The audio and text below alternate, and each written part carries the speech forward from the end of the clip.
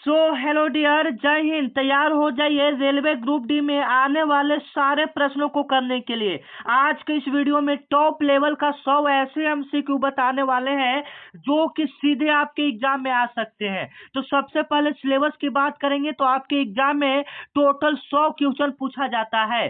तो चलिए, आज का पहला जो क्वेश्चन है आपके लिए काफी इंपॉर्टेंट होने वाला है, यह आपके एग्जाम में आ सकता है। ठीक है, तो आज का आपका पहला प्रश्न कि पुष्कर मेला कहाँ लगता है। पुष्कर मेला कहाँ लगता है? अजमेर में लगता है। बिल्कुल राइट आंसर हो जाएगा। ठीक है, बी ऑप्शन यहाँ पर क्या हो जाएगा? बिल्कुल राइट हो जाएगा। पुष्कर मेला कहाँ में लगता है? अजमेर में लगता है। अजमेर कहाँ में है? अगर शहर में पूछेगा कि किस शहर में लगता है या किस राज्य में लगता है, ठीक है, किस राज्य में लगता है तो राजस्थान में लगता है। याद रखिएगा, राजस्थान में लगता है। अक्टूबर नवंबर महीने में यह पुष्कर मेला लगता है। ठीक है, रेलवे ग्रुप डी में मेला से एक प्रश्न बनता है। ठीक है ना, जो प्रसिद्ध मेला रहता है उसमें यहाँ पर डाल दिया जाता है रेलवे ग्रुप डी में। ठीक है, तो अजमेर कहाँ में है? राजस्थान में। ठीक है, यह अक्टूबर नवंबर महीने में लगता है। अभी 2025 में यह 30 अक्टूबर से लगने वाला है। जो पुष्कर मेला यहाँ पर है, यह 30 अक्टूबर से 5 नवंबर तक लगने वाला है यह मेला। ठीक है ना, 30 अक्टूबर से 5 नवंबर के बीच लगने वाला है यह मेला। ठीक है ना, और हो सकता है करंट अफेयर्स में डाल दे कि पुष्कर मेला 2025 कब हुआ। ठीक है, क्योंकि आपका नवंबर में एग्जाम है तो हो सकता है डाल दे। तो याद रखिएगा 30 अक्टूबर से 5 नवंबर के बीच पुष्कर मेला लगने वाला है 2025 में। ठीक है, कहाँ में? तो राजस्थान में। राजस्थान के कहाँ में लगता है? अजमेर में लगता है। ठीक है ना, इसमें बड़ा बड़ा ऊंट दिखाया जाता है। ठीक है, ज्यादातर ऊंट ही रहता है। ठीक है ना, याद रखिएगा। चलिए, 2 नंबर आपका प्रश्न जो कि आपके एग्जाम के लिए काफी इंपोर्टेंट होगा। ठीक है, आजाद हिंद फौज का स्थापना कहाँ हुआ था? ठीक है, आजाद हिंद फौज का स्थापना कहाँ हुआ था? बिल्कुल सही जवाब, सिंगापुर में हुआ था। ठीक है, सिंगापुर में आजाद हिंद फौज का स्थापना हुआ था। बी ऑप्शन यहाँ पर करेक्ट हो जाएगा। इसमें आपको जो भी प्रश्न बताएंगे वह सीधे आपके एग्जाम में आएगा। ठीक है, आजाद हिंद फौज का स्थापना कहाँ हुआ था? सिंगापुर में हुआ था। ठीक है, और किसने किया था? सुभाष चंद्र बोस ने किया था। याद रखिएगा, आजाद हिंद फौज का स्थापना किसने किया था? सुभाष चंद्र बोस ने किया था। याद रखिएगा, आपके लिए काफी इंपॉर्टेंट है। और कब किया गया था? तो 1965 से 66 ईस्वी के बीच आजाद हिंद फौज का स्थापना किया गया था, सिंगापुर में किया गया था। ठीक है, चलिए 3 नंबर आपका प्रश्न है जो कि आपके लिए काफी इंपॉर्टेंट है। डिमांड ड्राफ्ट को क्रॉस करने का मुख्य उद्देश्य क्या है? डिमांड ड्राफ्ट को क्रॉस करने का मुख्य उद्देश्य क्या है? ठीक है, यहाँ पर आपका क्वेश्चन कह रहा है कि जो डिमांड ड्राफ्ट रहता है उसको क्रॉस करने का मुख्य उद्देश्य क्या है? ठीक है, तो उसका मुख्य उद्देश्य है भुगतान केवल बैंक खाते में होना चाहिए। ठीक है, जो भुगतान होगा वह केवल बैंक खाते में होना चाहिए, इसलिए उसको क्रॉस करने का मुख्य उद्देश्य है। ठीक है, क्रॉस करने का मुख्य उद्देश्य जो भुगतान होगा वह केवल बैंक खाते में होगा। ठीक है, ये आपका क्लियर हो गया। चलिए, 4 नंबर आपका प्रश्न है जो कि आपके एग्जाम के लिए और भी इंपॉर्टेंट है, ये आपके एग्जाम में आ सकता है। जो एच आई वी यानी एड्स जो होता है, एच-आई-वी या एड्स हम लोग उसको बोल सकते हैं, वह किससे नहीं फैलता है? यह पूछा है किससे नहीं फैलता है। ठीक है, तो एच-आई-वी एड्स आप लोग समझते हैं। ठीक है, यह किससे नहीं फैलता है? ठीक है, तो किससे नहीं फैलता? तो सुई साझा करने से नहीं फैलता है या गले मिलने से नहीं फैलता है। किसके कारण से यह नहीं फैलता है? ठीक है, तो गले मिलने से नहीं फैलता है। ठीक है, सुई साझा, जैसे में डॉक्टर आपका सुई मतलब दूसरा का सुई दिया, वो आपको भी दे रहा है तो उससे फैल सकता है एच-आई-वी। ठीक है, गले मिलने से नहीं फैलता है। ठीक है ना, जब तक आप संभोग न कर ले। ठीक है, संक्रमित रक्त से भी फैलता है और सुरक्षित यौन संबंध से भी फैलता है। ठीक है, लेकिन गले मिलने से नहीं फैलता है एच-आई-वी एड्स। ठीक है, यह आपका पार्ट 1 होने वाला है। ठीक है, यह आपका पार्ट 1 होने वाला है। अगर आप चाहते हैं किसी प्रकार से आपका प्रैक्टिस है 2, 3, 4 ऐसे ही धमाकेदार क्लास आए तो इस वीडियो पर ज्यादा नहीं, आप लोग 500 लाइक करके एक छोटा सा कमेंट, प्यारा सा कमेंट कर दीजिए कि हाँ सर आपका क्लास अच्छा लगता है। इसलिए मतलब आपका एक कमेंट ज्यादा मोटिवेट करेगा, इसलिए आपको और भी बेहतर क्वालिटी कंटेंट यहाँ पर हम प्रोवाइड करवाएंगे। ऐसा क्वेश्चन आपको देंगे जो कि सीधे आपके एग्जाम में आएगा। ठीक है, तो आपका फर्ज बनता है आप चैनल को सपोर्ट कीजिए, सब्सक्राइब कीजिए। ठीक है ना, तो चलिए 5 नंबर आपका प्रश्न और इसका फ्री पीडीएफ भी आपको हम देने वाले हैं। ठीक है ना, देखिए हम आपके लिए बहुत ही मेहनत कर रहे हैं। ठीक है, इसका फ्री पीडीएफ भी आपको देने वाले हैं। इनमें किससे ऊन प्राप्त नहीं होता है, चारों ऑप्शन में से आपको बताना है कि इनमें किससे ऊन प्राप्त नहीं होता। जो प्रश्न आपको आता है कमेंट में जवाब देते जाइएगा। बताइए तो ऑप्शन देखकर आप समझिए तो कौन सा है इसमें ऊन प्राप्त नहीं होता। भेड़ से तो ऊन प्राप्त होता है, बकरी से भी ऊन प्राप्त हो सकता है, खरगोश से भी ऊन प्राप्त हो सकता है, लेकिन सुअर से जो है वह ऊन प्राप्त नहीं किया जा आता है, इसलिए इसका डी ऑप्शन यहाँ पर क्या हो जाएगा, बिल्कुल करेक्ट हो जाएगा। डी ऑप्शन यहाँ पर क्या हो जाएगा, बिल्कुल करेक्ट हो जाएगा। 5 नंबर का इनमें किससे ऊन प्राप्त नहीं होता है, तो सुअर से ऊन प्राप्त नहीं होता है। ठीक है, यहाँ पर आपका बिल्कुल ये वाला क्लियर हो गया। ठीक है, चलिए 6 नंबर आपका प्रश्न जो कि आपके लिए काफी इंपॉर्टेंट है कि सेल किस, एक मिनट इसको और ऊपर कर लेते हैं ना। चलिए, सेल किस उद्योग से संबंधित है। ठीक है, जो सेल है वह किस उद्योग से संबंधित है, बताइए तो सेल किस उद्योग से संबंधित हो सकता है। ऑप्शन देखकर कोयला से तो कभी नहीं होगा, इस्पात से होता है। ठीक है, बी ऑप्शन यहाँ पर क्या हो जाएगा, बिल्कुल करेक्ट हो जाएगा, इस्पात से होता है। ठीक है ना।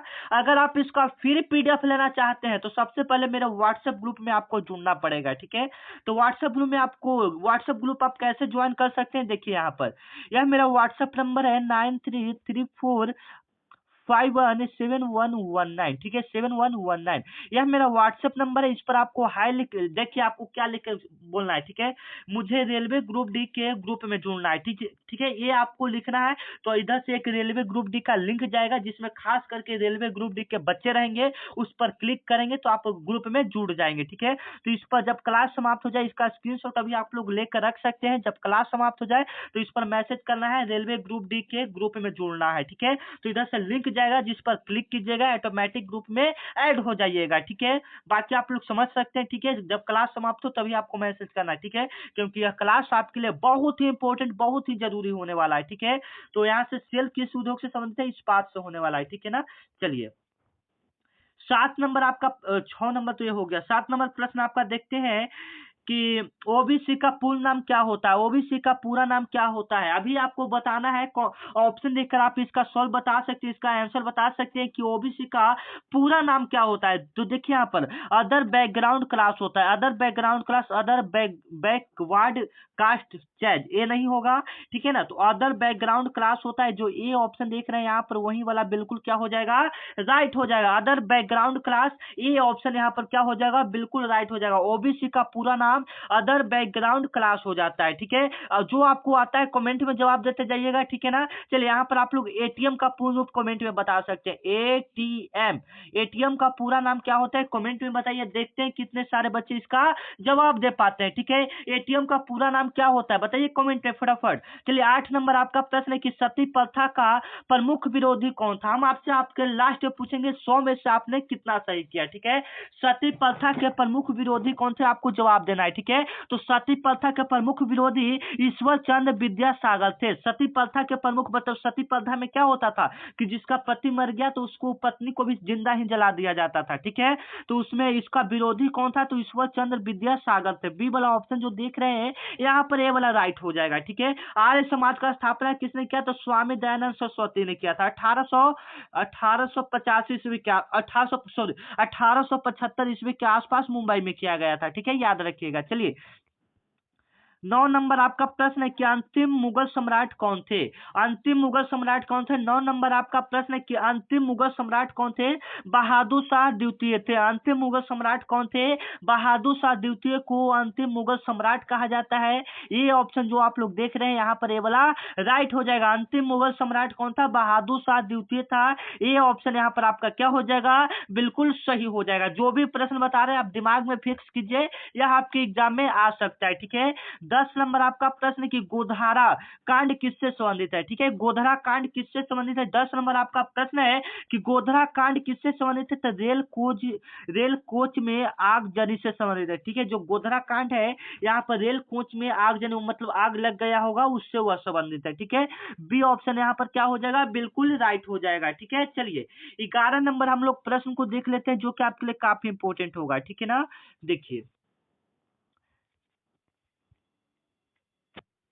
भारत में पहली ट्रेन यात्रा कहाँ से चली थी। ठीक है, आपके एग्जाम में प्रश्न बना रहा है कि जो भारत में पहली ट्रेन यात्रा है वह कहाँ से कहाँ तक चली थी, तो बिल्कुल सही जवाब आना चाहिए, मुंबई से थाने के बीच हुआ था। ठीक है, मुंबई से थाने के बीच। तो यहाँ पर बोरी बंदर से थाने के बीच, मतलब वहां पर जगह का नाम होगा। ठीक है ना, बोरी बंदर से थाने के बीच। ठीक है, कब चला था, 16 अप्रैल 1853 ईस्वी से चला था, मतलब 16 अप्रैल 1853 से चला था। ठीक है, 16 अप्रैल 1853 ईस्वी से चला था। ठीक है, भारत में पहली ट्रेन यात्री कहाँ से चली थी? तो बोरीबंदर से थाने के बीच 16 अप्रैल 1853 ईस्वी को चला था। ठीक है, इसमें 400 यात्री सफर कर रहे थे, इसमें 400 यात्री पहली बार ट्रेन में बैठे थे। ठीक है, यहाँ से अगर आपसे पूछेगा कि भारत का पहला विद्युत रेलवे ट्रेन कौन है, मतलब भारत का पहला विद्युत रेल वाला ट्रेन कौन है, मतलब विद्युत से चलने वाला, तो उसका नाम है दक्कन रेलवे क्वीन। दक्कन याद रखिएगा,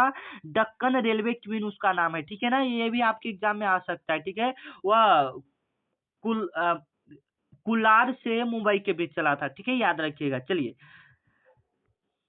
भारतीय संविधान का भाग 9 किससे संबंधित है? ठीक है, भारतीय संविधान का भाग 9 किससे संबंधित है? बताइए, 9 किससे संबंधित है? ठीक है, तो 9 आपका पंचायत से संबंधित है। बी ऑप्शन जो देख रहे हैं यहाँ पर बिल्कुल राइट हो जाएगा। जो संविधान का भाग 9 है वह पंचायत से संबंधित है। ठीक है, यह आपके लिए काफी इंपोर्टेंट है। ठीक है, चलिए 13 नंबर आपका प्रश्न जो कि आपके लिए काफी इंपोर्टेंट है कि हिमाचल प्रदेश की ग्रीष्मकालीन राजधानी क्या है? हिमाचल प्रदेश की ग्रीष्मकालीन राजधानी क्या है? ठीक है, आपको कमेंट में बताना है कि हिमाचल प्रदेश का जो ग्रीष्मकालीन राजधानी है वो क्या है। ठीक है, तो क्या हो जाएगा हिमाचल प्रदेश की इसमें से चारों ऑप्शन में से कौन सा राजधानी होगा? आप तो जान रहे हैं, कमेंट में इसका जवाब दीजिए। चलिए, हम नहीं बताएंगे हिमाचल प्रदेश की राजधानी क्या हो जाएगा। चलिए, भारत का प्रथम राष्ट्रपति कौन था? Who are the first who are the first president of India? Bharat का प्रथम राष्ट्रपति कौन था? आपको कमेंट में जवाब देना है। तो कौन हो जाएंगे? आपको कमेंट में जवाब देना है। बिल्कुल सही जवाब आ गया, डॉक्टर राजेंद्र प्रसाद। कमेंट में जवाब दे सकते हैं। ठीक है, डॉक्टर राजेंद्र प्रसाद। अगर प्रथम उपराष्ट्रपति की बात करेंगे, वाइस प्रेसिडेंट की बात करेगा, तो डॉक्टर सर्वपल्ली राधाकृष्ण हो जाएंगे। ठीक है, डॉक्टर सर्वपल्ली राधाकृष्ण भारत के उपराष्ट्रपति, राष्ट्रपति डॉक्टर राजेंद्र प्रसाद। ठीक है, चलिए 15 नंबर आपका प्रश्न कि भारतीय संविधान सभा के प्रारूप, एक मिनट, भारतीय संविधान सभा के प्रारूप समिति के अध्यक्ष कौन थे? भारतीय संविधान सभा के प्रारूप समिति के अध्यक्ष कौन थे? संविधान से एक प्रश्न रेलवे ग्रुप डी जरूर पूछता है। ठीक है ना, तो डॉक्टर राजेंद्र प्रसाद हो जाएंगे। अगर जनक पूछेगा तो डॉक्टर भीमराव अम्बेडकर हो जाएंगे। इसका स्थापना पूछेगा कि 26 जनवरी 1950 ईस्वी में इसको अपना लिया गया था, लेकिन यह बन गया था 26 नवंबर 1949 ईस्वी को यह बनकर तैयार हो गया था। इसको बनने में 2 साल 11 महीना 18 दिन का समय लगा था। ठीक है, 16 नंबर आपका प्रश्न है कि राज्यसभा में सदस्यों का कार्यकाल कितने वर्षों का होता है? राज्यसभा के सदस्यों का कार्यकाल कितने वर्षों का होता है? वेरी वेरी इंपॉर्टेंट क्वेश्चन है। लोकसभा की यहाँ पर बात करता है तो 5 साल हो जाता है, लेकिन राज्यसभा की बात कर रहा है तो राज्यसभा में कितना साल हो जाएगा? 6 साल हो जाएगा। लोकसभा में मुख्यमंत्री, मुखिया, प्रधानमंत्री, वार्ड विधायक जो भी रहेगा वह 5 साल का सदस्य रहता है, 5 साल उसका कार्यकाल रहता है। ठीक है, लेकिन जो राज्यसभा का सदस्य रहेगा उसका कार्यकाल कितने वर्षों का रहेगा?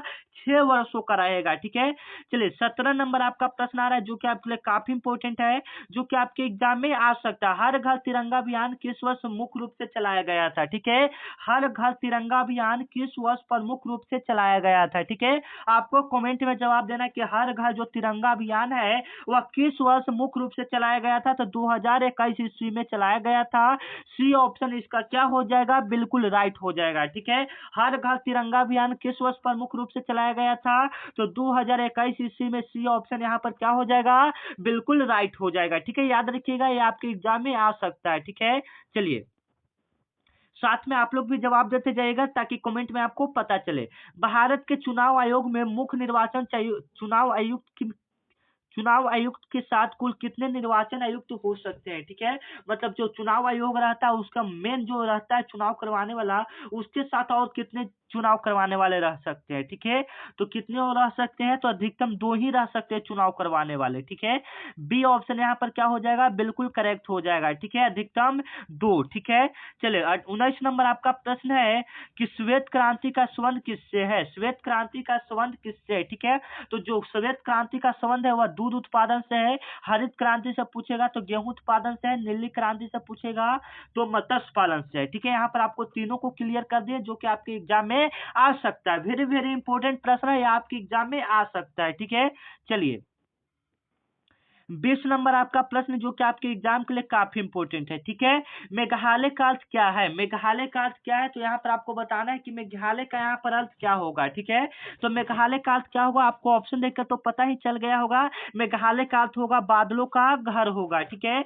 मेघालय का अर्थ क्या होगा? बादलों का घर होगा। यह चैनल आपके लिए वेरी वेरी इंपॉर्टेंट चैनल है। यह आपको एग्जाम की तैयारी करवा के ही रहेगा, ठीक है। इसलिए चैनल को सब्सक्राइब कीजिएगा। उम्मा जी के ट्रिक मेरी मम्मी जी का नाम है, तो वही उनके ही नाम पर यह चैनल है, ठीक है ना। तो बिल्कुल सपोर्ट एवं सब्सक्राइब कीजिए, ठीक है ना। चलिए 21 नंबर आपका प्रश्न जो कि आपके एग्जाम के लिए काफी इंपॉर्टेंट है कि भारत के किस राज्य की राजधानी अगरतला है? भारत के किस राज्य की राजधानी अगरतला है, ठीक है। आपको कमेंट में जवाब देना है कि चारों ऑप्शन में से किसकी राजधानी अगरतला है। आप लोग जवाब दीजिए कमेंट में, क्योंकि राजधानी वाला बिल्कुल सिंपल है, आप लोग बता सकते हैं, ठीक है। चलिए 22 नंबर आपका प्रश्न है कि भारत में पंचायती राज व्यवस्था का प्रावधान किस संविधान के किस भाग में किया गया है, ठीक है। भारत में पंचायती राज व्यवस्था का प्रावधान किस संविधान के किस भाग में किया गया है? पंचायती राज व्यवस्था का प्रावधान, ठीक है। तो कौन सा इसका राइट आंसर होना चाहिए? तो भाग 9 में पंचायत को बताए थे ना, भाग 9 में ऊपर हम लोग बता दिए कि भाग 9 जो रहता है वह संविधान में किससे संबंधित है? तो पंचायत से संबंधित है। तो भाग 9 इसका राइट आंसर हो जाएगा, ठीक है। चलिए 23 नंबर आपका प्रश्न जो कि आपके एग्जाम में आ सकता है कि चंद्रयान 3 को किस संगठन ने विकसित किया है? मतलब चंद्रयान 3 को किस संगठन ने लॉन्च किया है? मतलब मतलब यहाँ पर किस टाइप का नासा या इसरो या किसने लॉन्च किया है, ठीक है। ये आपसे सवाल करना चाह रहा है, तो ठीक है। तो इसको इसरो ने लॉन्च किया, याद रखिएगा। इसको किसने लॉन्च किया है? इसरो ने लॉन्च किया है, ठीक है। चंद्रयान 3 को किसने लॉन्च किया है? इसरो ने लॉन्च किया है, ठीक है। 24 नंबर आपका प्रश्न है भारत में राष्ट्रपति भवन किस शहर में स्थित है, ठीक है। भारत में राष्ट्रपति भवन किस शहर में स्थित है, ठीक है। भारत में राष्ट्रपति भवन किस शहर में स्थित है? तो दिल्ली में स्थित है, ठीक है ना। दिल्ली में स्थित है, याद रखिएगा।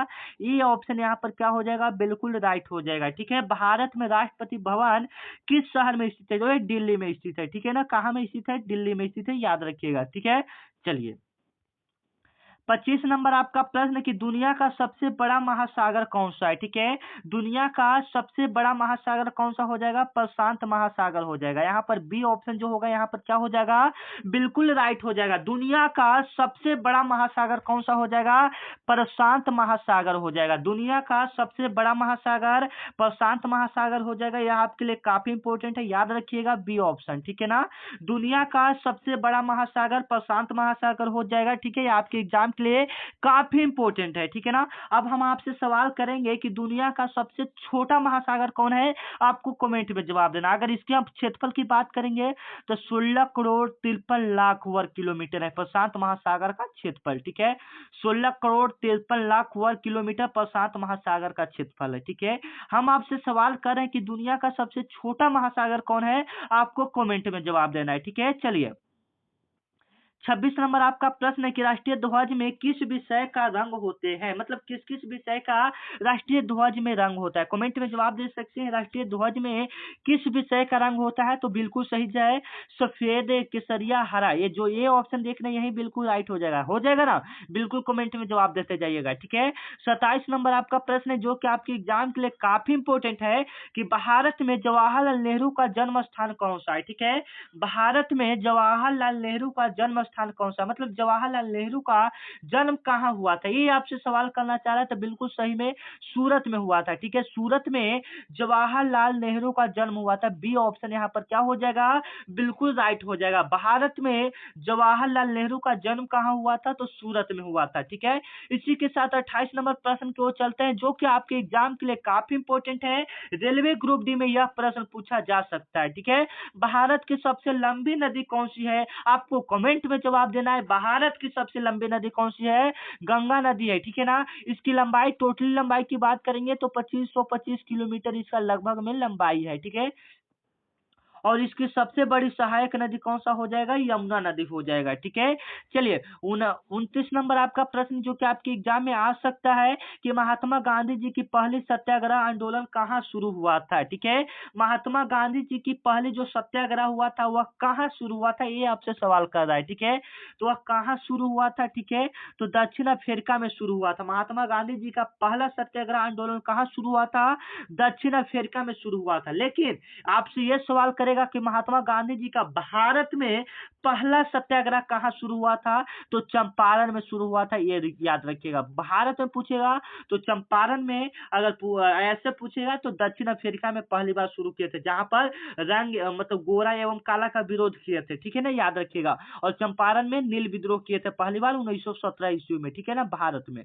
चलिए ये आपका यहाँ पर क्लियर हो गया। 30 नंबर आपका प्रश्न है कि भारतीय संविधान के किस अनुच्छेद में मौलिक अधिकार निर्धारित है, ठीक है। ये आपसे सवाल करना चाह रहा है कि भारतीय संविधान के किस अनुच्छेद में मौलिक अधिकार निर्धारित है, मतलब भारत के किस संविधान में मौलिक अधिकार है। तो अनुच्छेद जो 12 से 35 है उसमें मौलिक अधिकार है, अनुच्छेद 12 से जो 35 है उसमें मौलिक अधिकार है, ठीक है। यहाँ पर 30 नंबर आपका प्रश्न यहाँ पर क्लियर हो गया।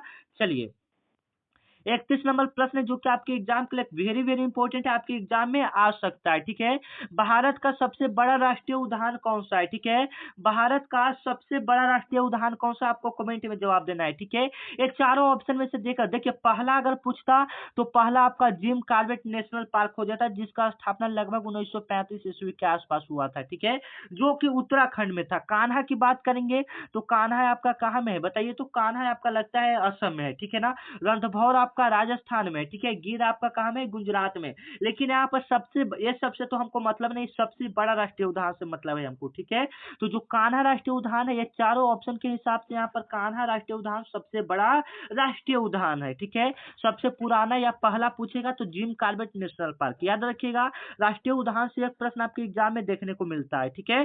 चलिए 32 नंबर आपका प्रश्न जो कि आपके एग्जाम के लिए वेरी वेरी इंपॉर्टेंट है, आपके एग्जाम में यह प्रश्न आ सकता है, ठीक है। भारत का लेजिस्लेटिव असेंबली कितने सदस्यों से मिलकर बनती है, ठीक है। भारत का लेजिस्लेटिव असेंबली कितने सदस्यों से मिलकर बनती है, ये आपके लिए काफी इंपॉर्टेंट है, ठीक है ना। तो 543 सदस्यों से मिलकर बनती है, ये आपके एग्जाम के लिए वेरी वेरी इंपॉर्टेंट है। एक प्यारा सा कमेंट आप लोग कर सकते हैं, ठीक है ना, एक प्यारा सा कमेंट करिए ताकि हमको ज्यादा से ज्यादा मोटिवेशन मिले और आपका नेक्स्ट क्लास आए, ठीक है। चलिए 33 नंबर आपका प्रश्न है कि किसी वस्तु का उत्पादन बीड़ के नाम से होता है, किस वस्तु का उत्पादन बीड़ के नाम से होता है, ठीक है। किस वस्तु का उत्पादन यहाँ पर बीड़ के नाम से होता है, ठीक है, आपके लिए काफी इंपॉर्टेंट है। तो जो तंबाकू है उसका उत्पादन बीड़ के नाम से होता है, ठीक है। ए ऑप्शन यहाँ पर क्या हो जाएगा, बिल्कुल करेक्ट हो जाएगा। चलिए आपका 34 नंबर प्रश्न जो कि आपके लिए काफी इंपॉर्टेंट है कि भारत की मुद्रा का क्या नाम है, भारत की मुद्रा का क्या नाम है। ऐसा इजी प्रश्न है लेकिन ये आपके एग्जाम में आया हुआ प्रश्न है एवं आने का चांसेस है, ठीक है ना, क्योंकि एक प्रश्न ऐसा एक दो डाल ही देता है, ठीक है। तो भारत की मुद्रा यहाँ पर, तो भारत की मुद्रा सिंपल पूछ दिया, लेकिन हो सकता है आपके एग्जाम में पूछे श्रीलंका की मुद्रा क्या है, भूटान की मुद्रा क्या है, अमेरिका का मुद्रा क्या है, सिंगापुर का मुद्रा क्या है, हो सकता है ये, जैसे मैं अभी बिहार पुलिस का एग्जाम हुआ था तो उसमें चीन का मुद्रा पूछा था, ठीक है ना, चीन का मुद्रा पूछा था, युआन पूछा था, ठीक है। इसी प्रकार से आपसे पूछ रहा है कि भारत की मुद्रा क्या है, तो रुपया हो जाएगा। भारत की मुद्रा क्या हो जाएगा, रुपया हो जाएगा। ए ऑप्शन यहाँ पर क्या हो जाएगा, बिल्कुल करेक्ट हो जाएगा। 34 नंबर आपका प्रश्न जो कि आपके लिए काफी 35 नंबर आपका प्रश्न जो कि आपके लिए काफी इंपॉर्टेंट है, आपके एग्जाम में आ सकता है, ठीक है। मानसून के दौरान भारत में सबसे ज्यादा वर्षा किस क्षेत्र में होता है, ठीक है।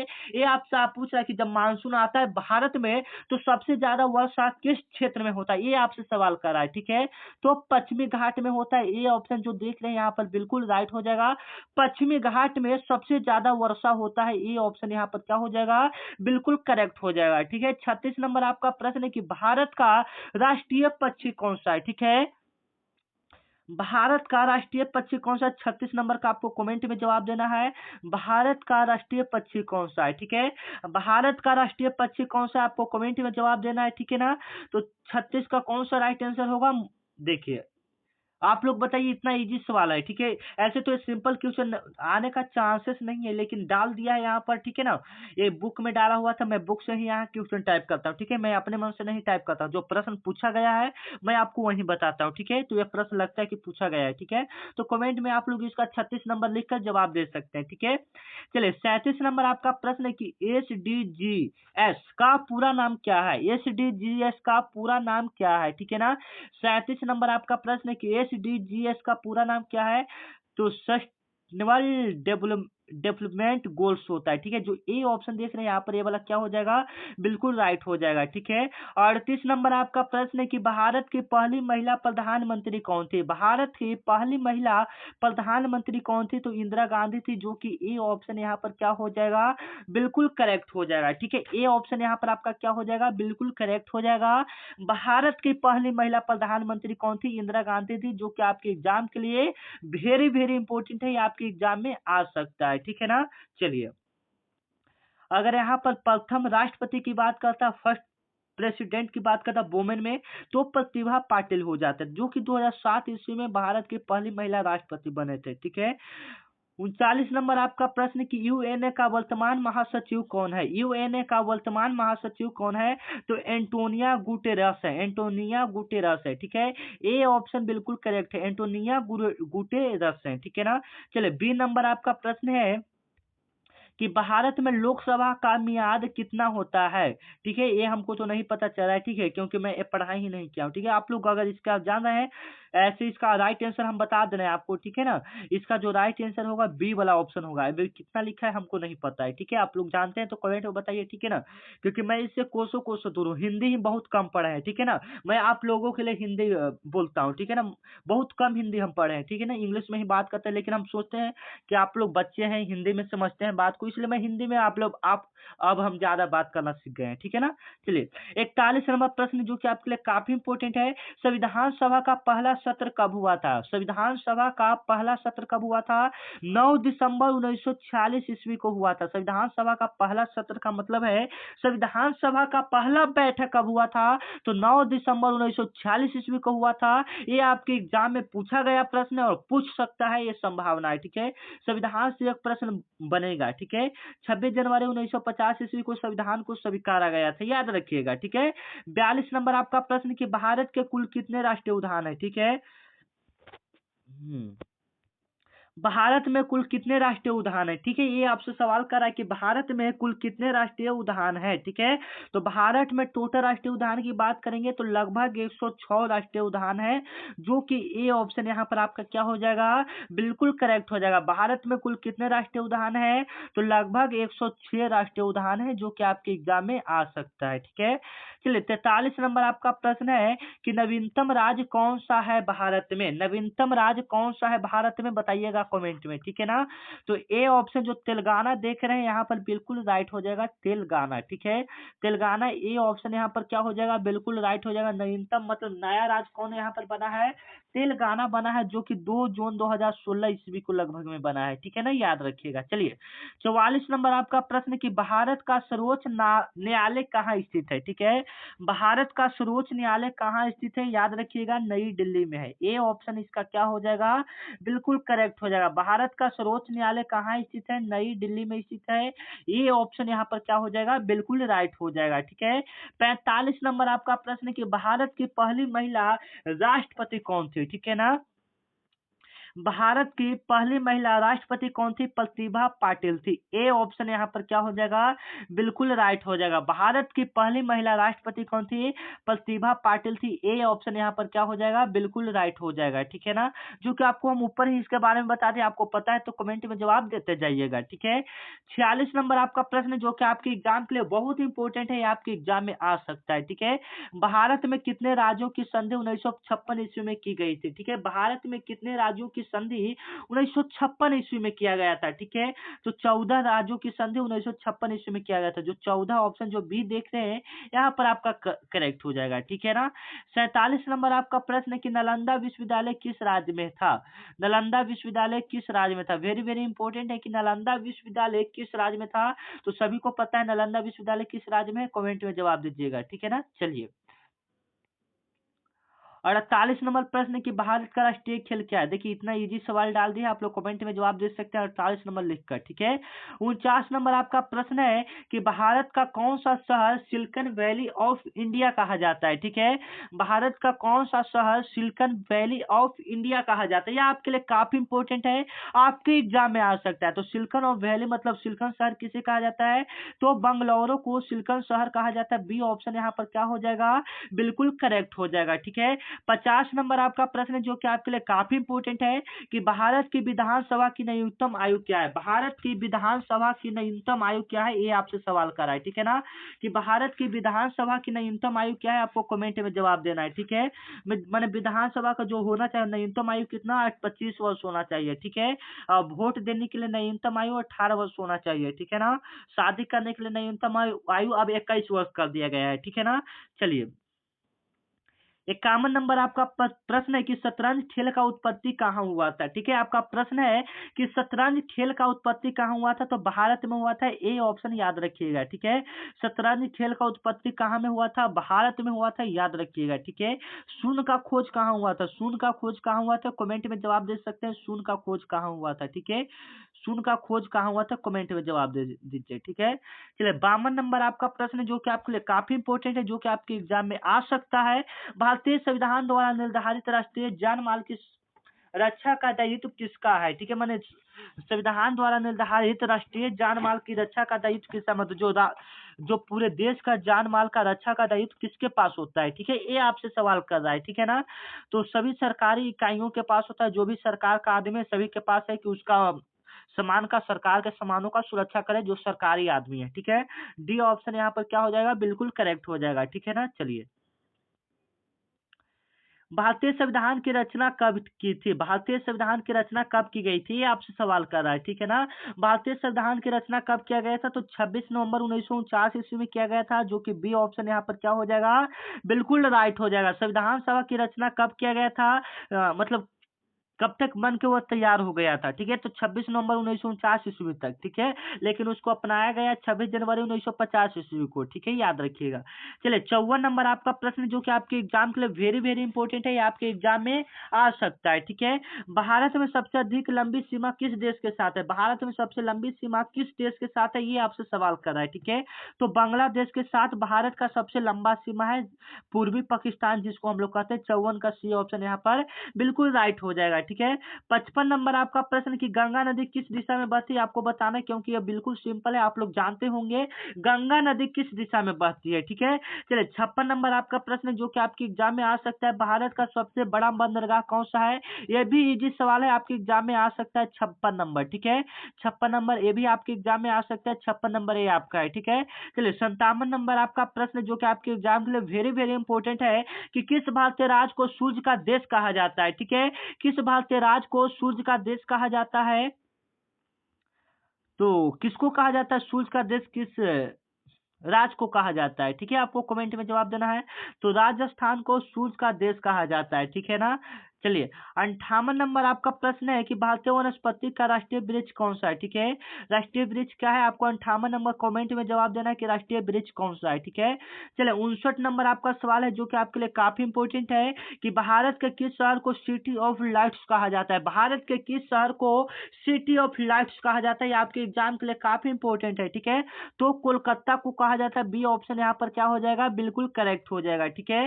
60 नंबर आपका प्रश्न कि भारतीय राष्ट्रीय कांग्रेस का स्थापना कब हुआ था, 1885 ईस्वी में ए ओ ह्यूम ने किया था, इसका अध्यक्ष डब्ल्यू.सी. बनर्जी थे, ठीक है। 61 नंबर आपका प्रश्न जो कि आपके एग्जाम के लिए वेरी वेरी इंपॉर्टेंट है, यह आपके एग्जाम में आ सकता है। भारत के किस राज्य में सपेरा जाति का प्रमुख है, ठीक है, भारत के किस राज्य में सपेरा जाति का प्रमुख है, आपको कमेंट में जवाब देना है, ठीक है। तो राजस्थान में ही हो जाएगा, ए ऑप्शन यहाँ पर क्या हो जाएगा, बिल्कुल राइट हो जाएगा, ठीक है। चलिए, 62 नंबर आपका सवाल है कि भारत का कौन सा शहर पिंक सिटी के नाम से जाना जाता है, ठीक है। भारत का कौन सा शहर पिंक सिटी के नाम से जाना जाता है, आपको कमेंट में जवाब देना है। तो जयपुर इसका राइट आंसर हो जाएगा, ए ऑप्शन इसका क्या हो जाएगा, बिल्कुल राइट हो जाएगा। भारत का कौन सा शहर पिंक सिटी के नाम से जाना जाता है, तो जयपुर को हम लोग पिंक सिटी के नाम से जानते हैं, ठीक है। चलिए, 63 नंबर आपका प्रश्न कि भारतीय रेलवे बोर्ड का स्थापना कब हुआ था, वेरी वेरी इंपोर्टेंट ये भी क्वेश्चन है कि भारतीय रेलवे बोर्ड का स्थापना हुआ था, ये कब हुआ था, ठीक है, ये आपसे सवाल करा है। तो 1853 ईस्वी में, एक मिनट, 1853 ईस्वी में भारतीय रेलवे बोर्ड का स्थापना हुआ था। 1853 ईस्वी में भारतीय रेलवे बोर्ड का क्या हुआ था, स्थापना हुआ था, याद रखिएगा, ये आपके लिए काफी इंपोर्टेंट है। ए ऑप्शन यहाँ पर क्या हो जाएगा, बिल्कुल करेक्ट हो जाएगा। 64 नंबर आपका प्रश्न है कि भारत में कितने लोकसभा सदस्य होते हैं? भारत में कितने लोकसभा सदस्य होते हैं? 543 सदस्य होते हैं, ठीक है ना? याद रखिएगा, ए ऑप्शन यहाँ पर क्या हो जाएगा? बिल्कुल करेक्ट हो जाएगा, ठीक है। 65 नंबर आपका प्रश्न है जो कि आपके एग्जाम के लिए वेरी वेरी इंपॉर्टेंट है, ये आपके एग्जाम में आ सकता है, ठीक है। भारत का कौन सा राज्य कभी स्वतंत्र था? भारत का कौन सा राज्य कभी स्वतंत्र था? ठीक है, ये आपको पांचों में से चारों में से बताना है कि कौन सा ऐसा राज्य था जो कभी स्वतंत्र भी था, ठीक है। तो जम्मू और कश्मीर था, ठीक है, जम्मू और कश्मीर। बी ऑप्शन यहाँ पर क्या हो जाएगा? बिल्कुल राइट हो जाएगा, ठीक है। चलिए 66 नंबर आपका प्रश्न है कि कर्मचारी चयन आयोग का स्थापना कब हुआ था? कर्मचारी चयन आयोग का स्थापना कब हुआ था? 66 नंबर आपका प्रश्न है। 1926 इसका राइट आंसर हो जाएगा। ए ऑप्शन जो होगा इसका क्या हो जाएगा? बिल्कुल राइट हो जाएगा। कर्मचारी चयन आयोग का स्थापना कब हुआ था? 1926 ईस्वी में हुआ था, ठीक है, याद रखिएगा। चलिए 67 नंबर आपका प्रश्न है कि भारत में प्रथम लोकसभा का चुनाव कब हुआ था? तो 1951 से 1952 ईस्वी के बीच हुआ था, जो कि ए ऑप्शन यहाँ पर क्या हो जाएगा? बिल्कुल राइट हो जाएगा, ठीक है। 68 नंबर आपका प्रश्न है जो कि आपके लिए काफी इंपॉर्टेंट है, ठीक है, कि भारत के किस शहर में स्थित है इंडिगो एयरलाइंस का मुख्यालय? ठीक है, इंडिगो एयरलाइंस का मुख्यालय कहाँ स्थित है? जो इंडिगो एयरलाइंस जो जहाज है उसका मुख्यालय भारत में किस शहर में स्थित है? ठीक है, ये आपसे सवाल करा है तो मुंबई में स्थित है, याद रखिएगा, ठीक है। इसका एयरलाइंस का मुख्यालय कहाँ स्थित है? मुंबई में स्थित है। बी ऑप्शन यहाँ पर क्या हो जाएगा? बिल्कुल राइट हो जाएगा, ठीक है। भारत में सबसे बड़े राज्य का नाम क्या है? भारत के सबसे बड़े राज्य का नाम क्या है? यहाँ पर सवाल आपसे कर रहा है, ठीक है। तो क्या हो जाएगा? मध्य प्रदेश भारत का सबसे बड़ा राज्य है, ठीक है। अगर क्षेत्रफल के हिसाब से पूछेगा तो राजस्थान, पॉपुलेशन के हिसाब से पूछेगा तो उत्तर प्रदेश, लेकिन सिंपल पूछ रहा है तो मध्य प्रदेश, ठीक है। 70 नंबर आपका सवाल है कि भारत के राष्ट्रपति की अधिकतम कार्यकाल की अवधि क्या है? राष्ट्रपति का अधिकतम कार्यकाल की अवधि अधिकतम 5 वर्ष। 5 वर्ष के बाद फिर चुनाव होगा, अगर आप अच्छा काम किया है तो फिर से नेता बन जाएंगे, ठीक है। तो ए ऑप्शन यहाँ पर क्या हो जाएगा? बिल्कुल राइट हो जाएगा, ठीक है।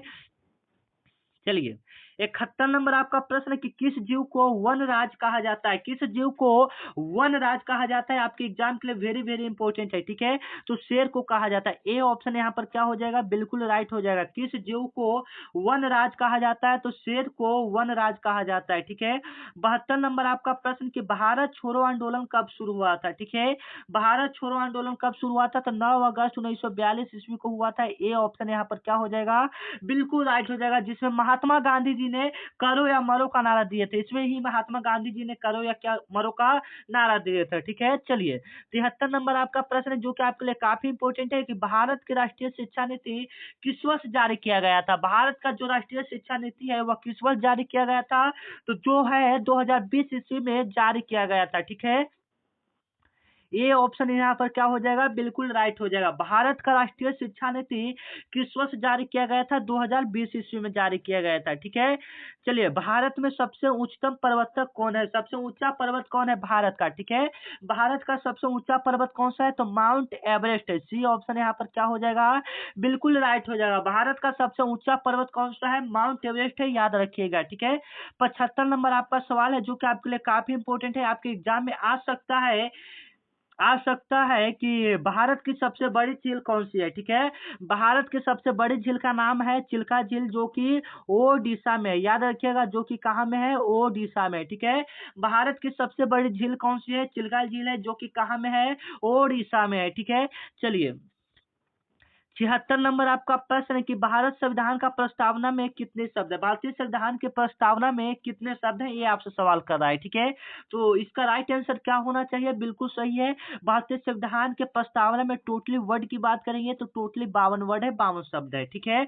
चलिए 77 नंबर आपका सवाल है जो कि आपके एग्जाम के लिए वेरी वेरी इंपॉर्टेंट है कि भारत में राष्ट्रीय खेल पुरस्कार किसे दिया जाता है? भारत में राष्ट्रीय खेल पुरस्कार किसे दिया जाता है? तो खेल में उत्कृष्टता दिखाने वाले खिलाड़ी को दिया जाता है। ए ऑप्शन यहाँ पर क्या हो जाएगा? बिल्कुल राइट हो जाएगा, ठीक है। ऑप्शन देखकर आप इसको पता कर सकते हैं, ठीक है।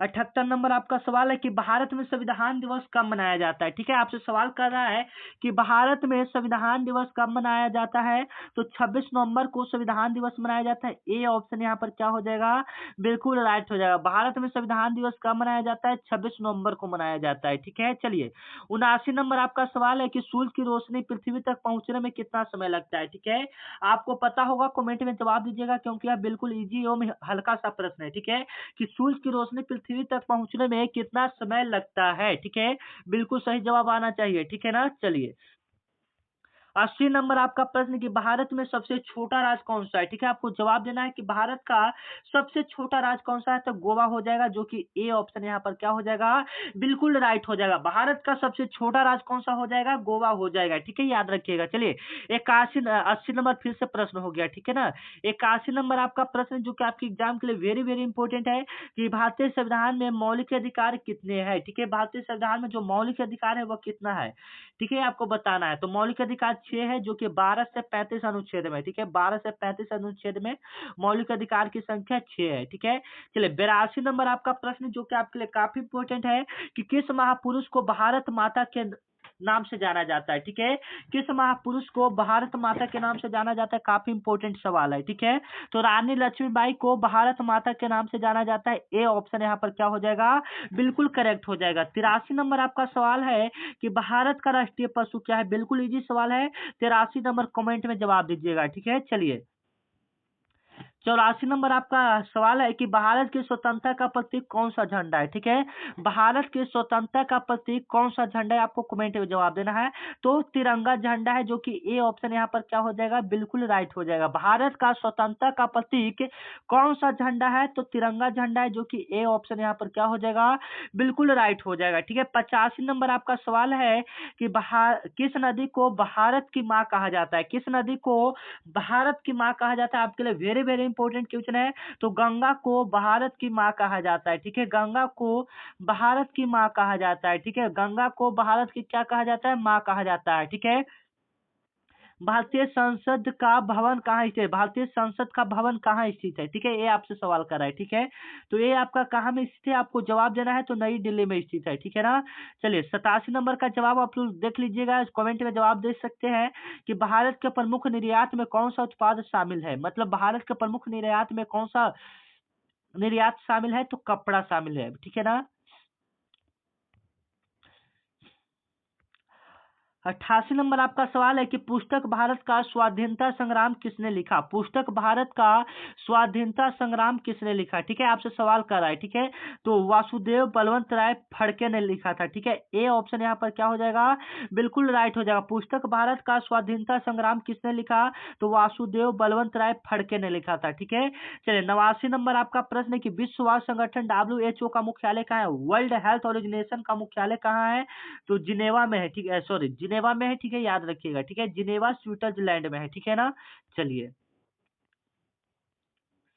भारत में नाबार्ड का पूरा नाम क्या है, भारत में नाबार्ड का पूरा नाम क्या है, कुछ ध्यान दीजिएगा यहाँ पर। ठीक है, तो national bank of agriculture and rural development है। ठीक है, ए ऑप्शन यहाँ पर क्या हो जाएगा, बिल्कुल करेक्ट हो जाएगा। ठीक है ना, चलिए 91 नंबर आपका सवाल है कि भारत में सबसे बड़े प्रकाश पर्व का क्या नाम है। ठीक है, भारत में सबसे बड़े प्रकाश पर्व का नाम क्या है, दीपावली है, जो कि ए ऑप्शन यहाँ पर क्या हो जाएगा, बिल्कुल राइट हो जाएगा। ठीक है, 92 नंबर आपका प्रश्न कि किस महोत्सव को रंगोत्सव भी कहा जाता है, किस महोत्सव को रंगोत्सव भी कहा जाता है। 92 नंबर का आप लोग सवाल का जवाब दे सकते हैं। ए ऑप्शन इसका क्या हो जाएगा, बिल्कुल राइट हो जाएगा।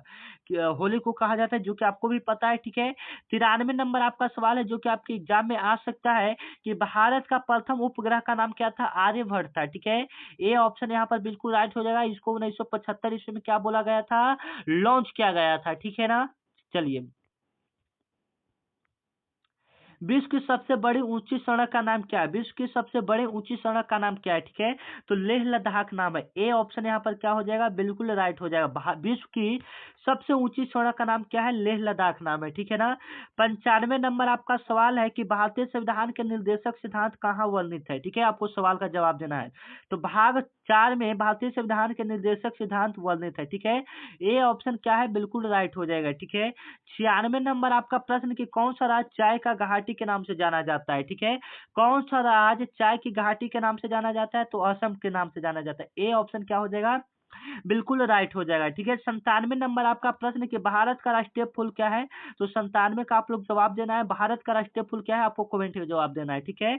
98 नंबर आपका प्रश्न कि संविधान सभा में वर्ष 1947 में कौन अध्यक्ष थे? ठीक है, जो संविधान सभा का 1947 में अध्यक्ष कौन था? ठीक है, आपसे ये सवाल कराए तो डॉक्टर राजेंद्र प्रसाद ही थे, ठीक है ना। चलिए, 99 नंबर आपका प्रश्न है कि संविधान में मौलिक कर्तव्य किस अनुच्छेद से दिया गया है? ठीक है, किस अनुच्छेद से दिया गया है? ठीक है, तो अनुच्छेद 51 से मौलिक कर्तव्य अनुच्छेद दिया गया है, ठीक है।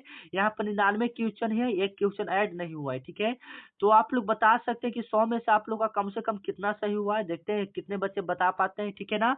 और साथ ही जाते जाते आप लोग इस वीडियो को शेयर कर दीजिएगा। अगर यूट्यूब पर देख रहे हैं या डाउनलोड करके देख रहे हैं तो एक प्यारा सा कमेंट जरूर कर दीजिएगा, ठीक है, क्योंकि आपका एक हौसला ज्यादा मोटिवेट करता है, ठीक है। आपका एक लाइक, एक सब्सक्राइब, एक कमेंट ज्यादा मोटिवेट करता है, ठीक है। तो मिलते हैं ऐसे ही नेक्स्ट वीडियो में धमाकेदार के साथ, तब तक के लिए जय हिंद।